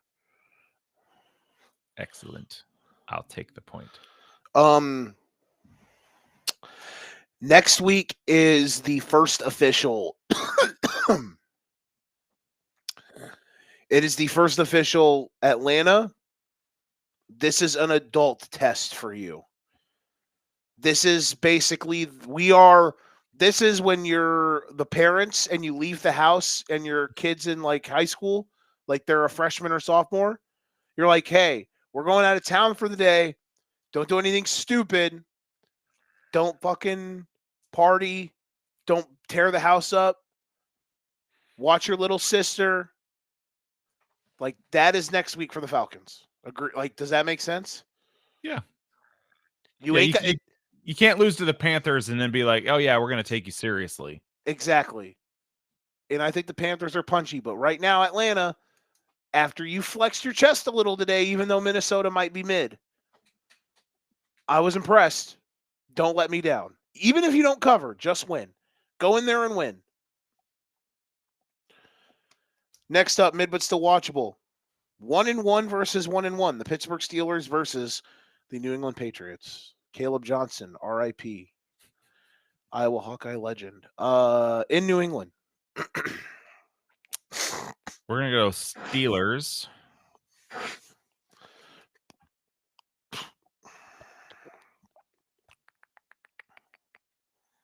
Uh, 2.5. God damn it. You almost said it. I said 3.5. It's 1.5. I was really hoping we'd tie there. It'll be wild if in week 3, Mike Vrabel and the Patriots are 2-1. That would be interesting. Rodgers was fine today. Their defense, though, might be a problem. Like, their secondary slow. They're just not. They're not athletic. After Justin Fields looked like vintage Hall of Fame material a week ago. He looked like fucking Mike Vick last week. And today looked like the dog. And Sam Darnold, my guy Sam Darnold, my guy, question mark, Sam Darnold. He's my guy because I'm a Seahawks lover. Sam Darnold. Slinging Sammy. Baller. JSN, baller. Kenneth Walker, baller. Zach Charbonnet, baller. Next up, speaking of Justin Fields, who knows if he plays? He got knocked out today with a concussion. Jets at Bucks in Tampa Bay. If Justin Fields is not playing in this game, this is not in the mid, but still watchable. But who is their backup? I don't know. Do we know? But I don't remember who, because that game was so out of hand. That was like off all the TVs. Yeah, I'm gonna go Bucks by. We're gonna go a touchdown ish. Let's see. Do I go under or over? And it wasn't even that. That game too was just never competitive today. No, I'm gonna go Bucks 7.5. Tyrod Taylor is the answer to that question, by the way. Oh, okay. Bucks 7.5. It is Serviceable backup. huh? A serviceable backup for sure. I got this one. It is. I said 6.5. It is 6.5. Okay. I went the wrong halfway up on my 7. I was thinking 6.5 or 7.5. I overshot it. Incredible teaser candidate. Back to the basics. Last one in this category: Arizona versus San Francisco in San Francisco. All hail McCorkle Jones. He is back, bitches. Mac Jones. Dare I say it? Another candidate in the just throw anybody in at quarterback for the Kyle Shanahan led 49ers, and you've got yourself a serviceable dude. I gave all that love to Purdy last week, and then I'm sitting here thinking, surely Mac Jones is going to go out there and stink it up. Nope. Bad day for Brock Purdy stockholders. It's the 49ers for you. You throw anybody back there. Why you can't pay your quarterback big bucks? Listen, man, In that system. in the world of fairness, good for him. Absolutely. I'm sure that felt really good. Yeah. I'm not as happy for him as I was for for Justin Fields last week, but good for him because he's, like Justin Fields is bad, but also had a lot of raw deals. Mac Jones has just been bad. Outside of what, his rookie year? Yeah, but good for him regardless. What do you got here?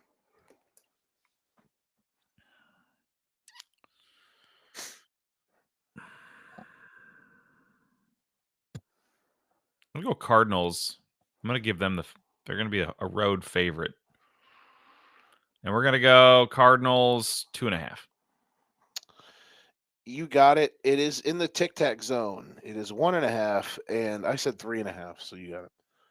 Yo, you went Cardinals 3.5? Yeah. Okay. Yeah, I tried to go Cardinals were 6.5 against the Saints on the road. They're on the road at San Francisco. I was like, I'll just half that because it's without Purdy. If Purdy was playing, it probably San Francisco 2.5 or something. All right. All right, we are, let's see, 1, 2, 3, 3, 2, 1, 2, 3, 4, 5. Shit, 1, 2, 3. You're up 5-3.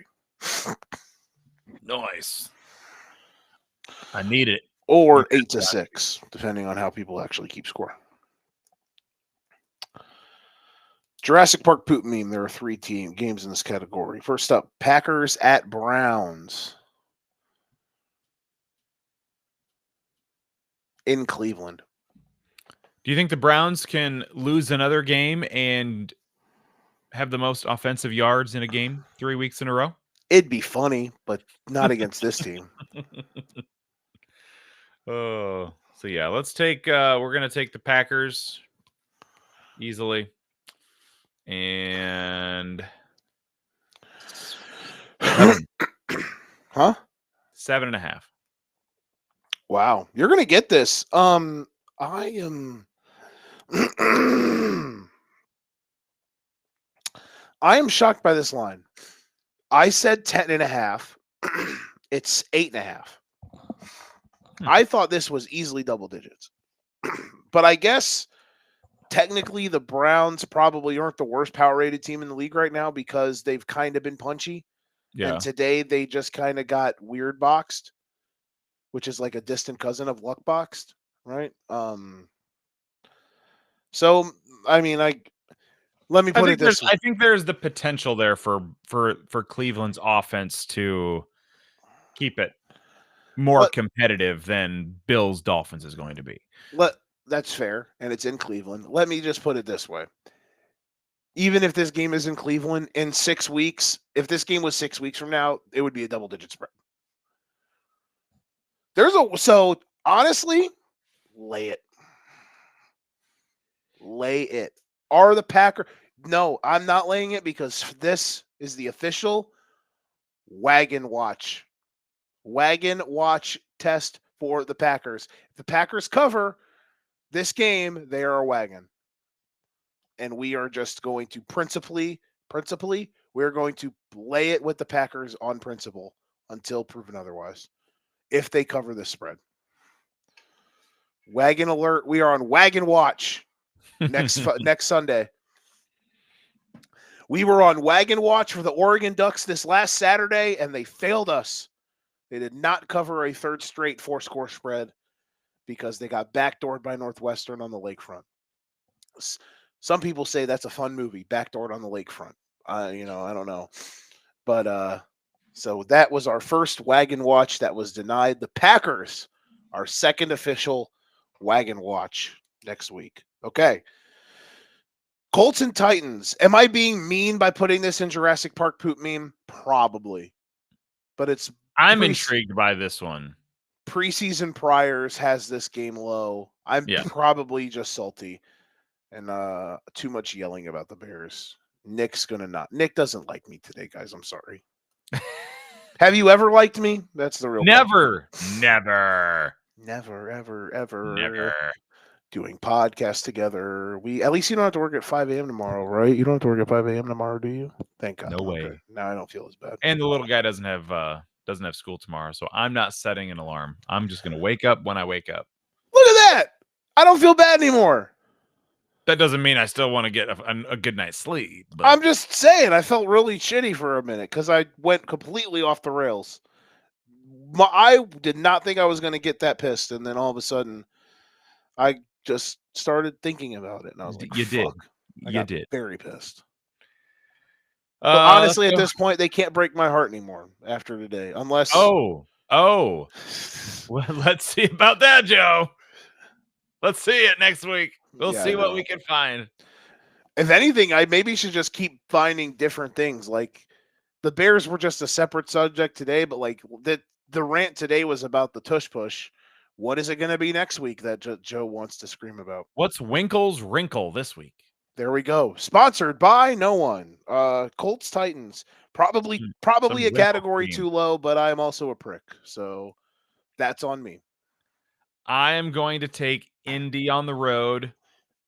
Now, let's think about AFC South matchups over the years when one team is, they're doing pretty okay, and the other team's dog shit. What usually happens? Dog shit wins, Joe. So you're saying this is the official like Carson Wentz, all you have to do is beat this team, and the Colts are in the playoffs last week of the season. Just don't suck. And what happened, Joe? I mean, I know it's Daniel Jones, their quarterback, but Carson Wentz is not walking through that door. He could be, but Carson Wentz he is staying away. I feel like there have been so many games over the years where it's been, every checkbox says so-and-so should win this AFC South matchup, and then it's just stupid. And it goes nothing like you'd expect. But having said that, I will take Indy. I will take them on the road. I will take them 3.5. You got it right. It's 4.5. I said 4.5. It's 3.5. All I know is this. I'm not betting against the Colts anymore, man, because anytime I do, I fucking lose. Anytime I pick against the Colts, they win. So I'm like, all right, I'm out. I'm done. Until proven otherwise. Joe is parlaying Colts, Packers perpetually until it doesn't work, is basically what there we go. Principal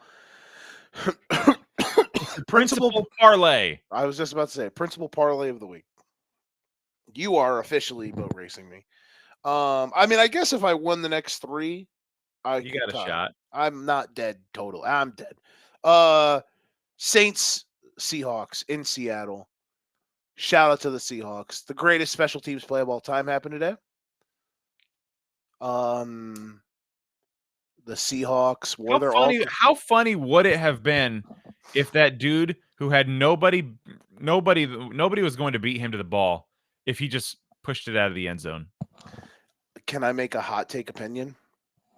I almost thought he did. I think if you slowed it down, he probably didn't have the ball and fell out of the end zone. Because Yeah. that was when they were lining up for the extra point, I was thinking, are they going to review this? Because I'm not so sure that he had the ball, guys. Yeah.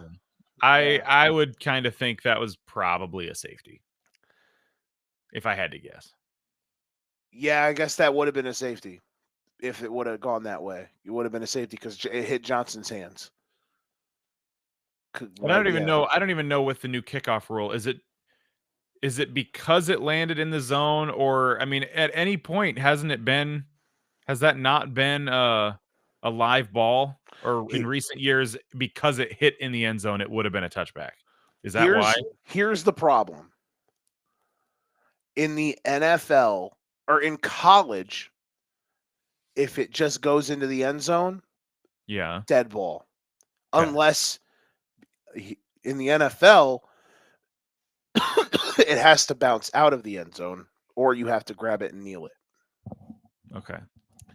Here is where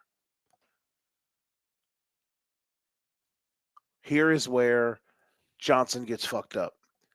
He either doesn't realize it hit his hands or he knew it hit his hands, but he's playing it off like it didn't hit his hands while not realizing that that ball is live. Did it matter if he touched it or not? Because it landed in the field of play? If it would have rolled out of the end zone. Yeah, if it would have rolled out, I think it would have just been a touchback because he would have never had possession or anything. Correct. But because he didn't, once the ball hit in the landing zone, it's live. Because if it's just airmailed into the end zone but dies there and doesn't roll out of bounds, is that a touchback or is it still a live ball? That's a touchback once it's recovered and kneeled on, and they get it at the 35. But if nobody touches it and the ball it lands, it doesn't land in the landing zone. Now I get that it's not. If it just dies in the end zone like a golf ball on a wet green, nobody from the receiving team touches it. Is that a live ball or is it a touchback? It should be just a live. It should be a live ball. It's a live ball. Because I was under the impression if that ball is in the end zone and moving, it's just anybody's ball. It's like an onside kick. So I didn't know if it mattered if he touched it. I didn't know if it mattered that it landed in the landing zone. Just that it was in the field of play and it's not. Nobody's got it yet, so it's anybody's ball. That's what I couldn't quite figure out because I don't know all the new kickoff rules and because he touched it. Because he touched it, it meant that touchback was off the board. That's either a safety or a touchdown. Basically, but if he didn't touch it, it would have either been a touchback or a touchdown. But because he touched it, it was even if you touch it in the field of play. I've been under the impression if you touch it in the field of play, but you don't have possession, you could go chase it into the end zone and still kneel on it. Because we've seen where a guy has it. I don't think so in the NFL. 2 into the end zone. It's like that in high school, which that rule is stupid. Yeah, if it just crosses the goal line, it's a touchback in high school. Well, in high school also, if you muff it outside the end zone and it goes into the end zone, it's a touchback. Yeah. I've seen that, and that's a terrible rule. I'm pretty sure I think you can still kneel on it if it's not possessed, full possession out of the end zone. But again, I don't know for sure. That's just my interpretation. We're splitting a lot of hairs here, I suppose. We are. Regardless, the Seahawks offense looked good today. On the road, tough spot. And their defense is still nasty. And Jackson Smith-Njigba is legitimately a all-pro potential level wide receiver. He's got a lot of goods. He has the goods, the whole goods, and nothing but the goods. He is what it looks like. Go ahead. This is probably going to be one of my survivor candidates this week. Seahawks at home. We're going to go Seahawks. Saints have been punchy though. Nobody's put them away yet. No, Rattler has had the ball in his hands with a chance to win on the last 2 weeks. Jawan Johnson's just out here being the best tight end in fantasy. Who would have thought? Yeah. He's been fun. But yeah, we'll go Seahawks and 5.5. So we tied because I also said 5.5. It is 7. Ah, shoot. I was gonna go 6.5.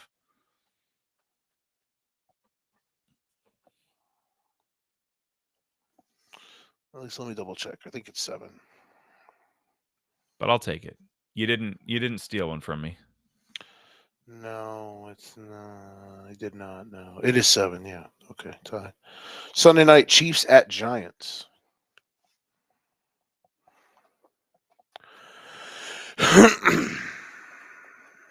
Chiefs at Giants. Chiefs are going to be favored. We're going to go Chiefs.